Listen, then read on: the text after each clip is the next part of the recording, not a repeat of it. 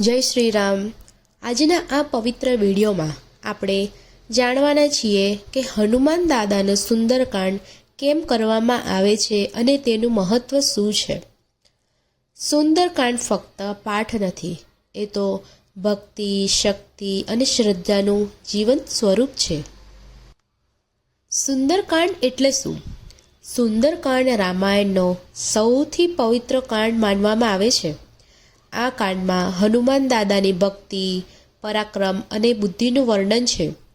આ કાંડમાં લંકાગમન, સીતાજીની શોધ, રાવણની લંકામાં હનુમાનજીનું પરાક્રમ અને ભગવાન રામ પ્રત્યેની અખંડ ભક્તિ દર્શાવવામાં આવી છે।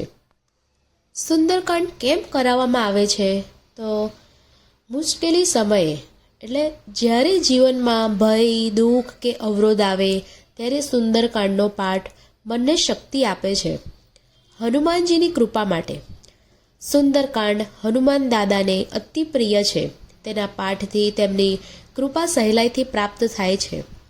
ભય અને નકારાત્મક શક્તિ દૂર કરવા માટે, ભૂત, પ્રેત, ભય, નજર આ બધાથી મુક્તિ માટે સુંદરકાંડ અત્યંત ફળદાયી માનવામાં આવે છે।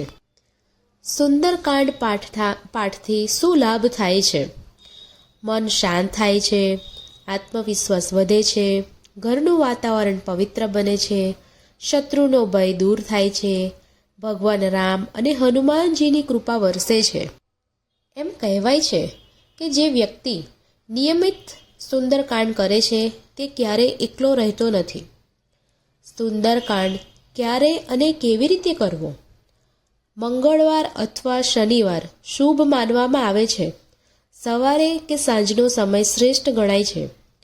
ધૂપ, દીપ, હનુમાનજીનું સ્મરણ કરીને સુંદરકાંડનો પાઠ કરવામાં આવે છે।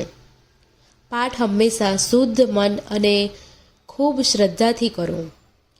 પાઠ દરમિયાન હનુમાનજીનું નામ લેવાથી મન સ્વયં એકાગ્ર થાય છે।